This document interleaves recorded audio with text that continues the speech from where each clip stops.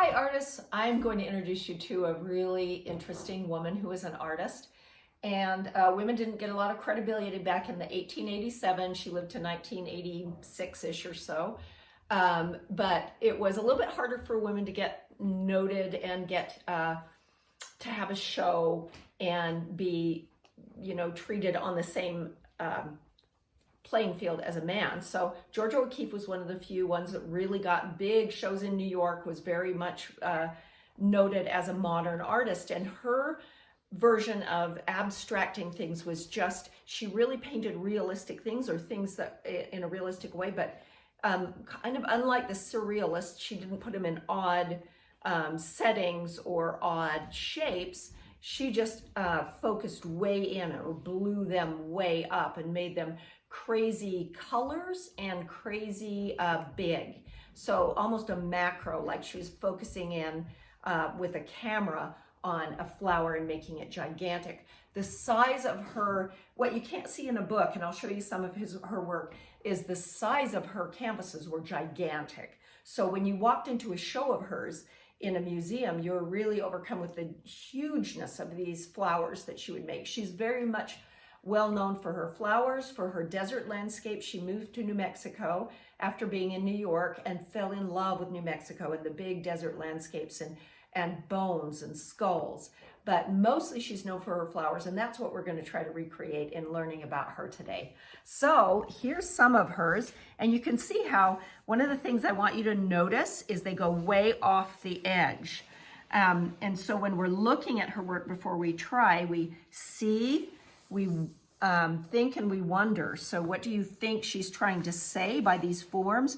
You can see the different colors, and she really amps up the colors. Look at this green and red together. Probably doesn't really exist that way, but it makes it so interesting to think of really focusing in so well on those little colors. So here's a poppy. You can see that she just blows it right up and goes way off the edge. And that's part of the element of art. Space is getting things, filling the canvas so much that it goes off the edge, gives you the impression of it being huge and big, or, getting those little textural details. Notice that texture, obviously the color and the shape.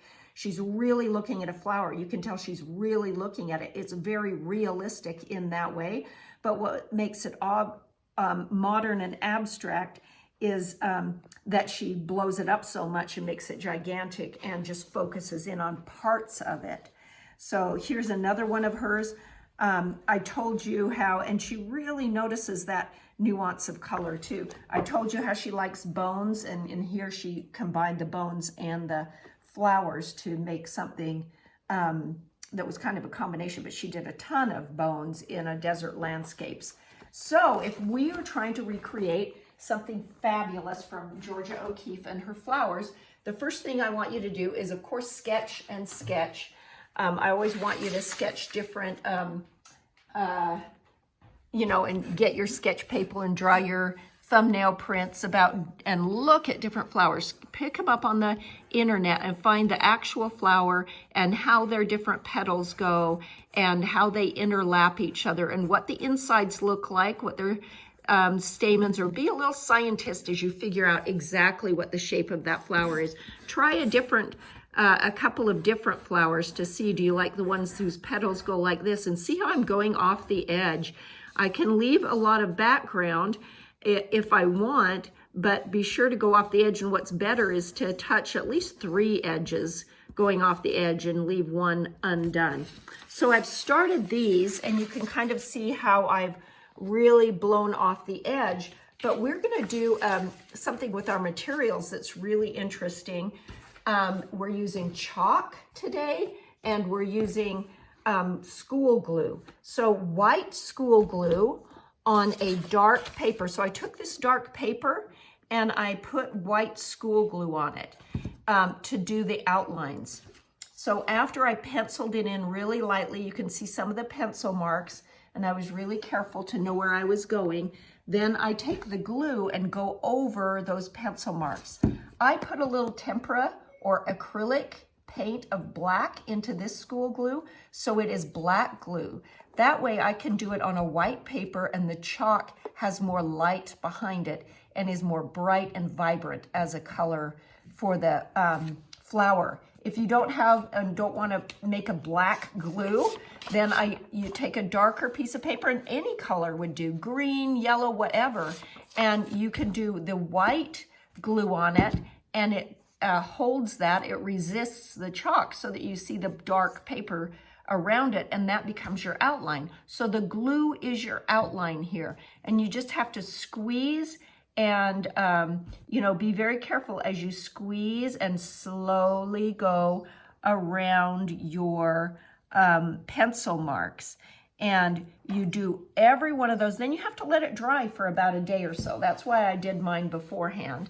And then when it's totally dry, you can go back and erase some of those pencil lines that you'll probably miss a few of them, and get that cleaned up. Then when you get your chalks, what's really fun about chalks, it's the same as the truth about oil pastels or crayons, but chalk is even more blendable, super blendable. And so what I don't want you to do is just put one color on there and go, oh, well, that's yellow, and that's all we need to do is just yellow.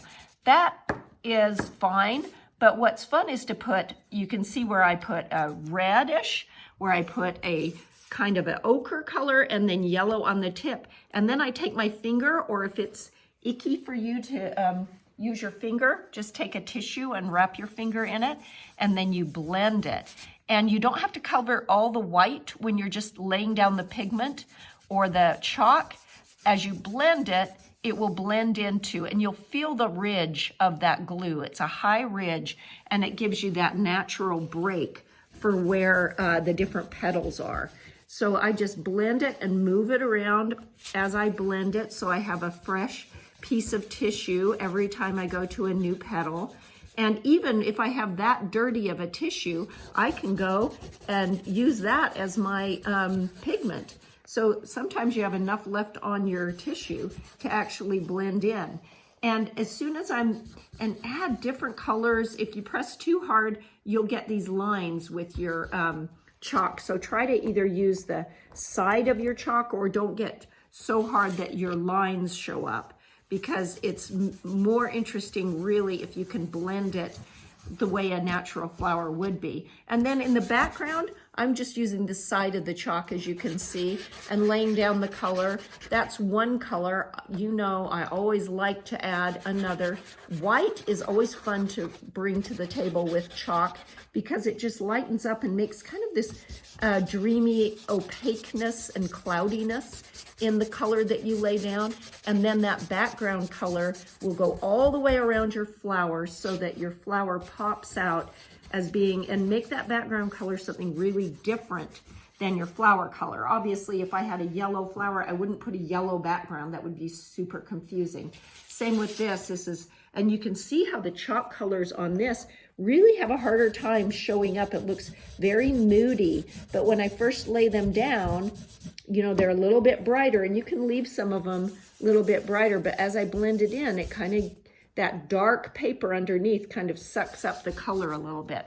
So there's two different types of styles or of feelings that you're trying to get with these, that you can either get with dark paper, and the school glue that's just clear will work with that, or getting glue that you add a little black pigment to, and using it that way, using the white paper to make it a little bit of a brighter flower. But make sure you layer those colors, make it really bright and fun. Go off the page. Remember, Georgia O'Keeffe likes to go off the page with her making it big and kind of abstract, so you're not sure what it is at first. Then you see, oh, it's a flower. It's just a gigantic flower.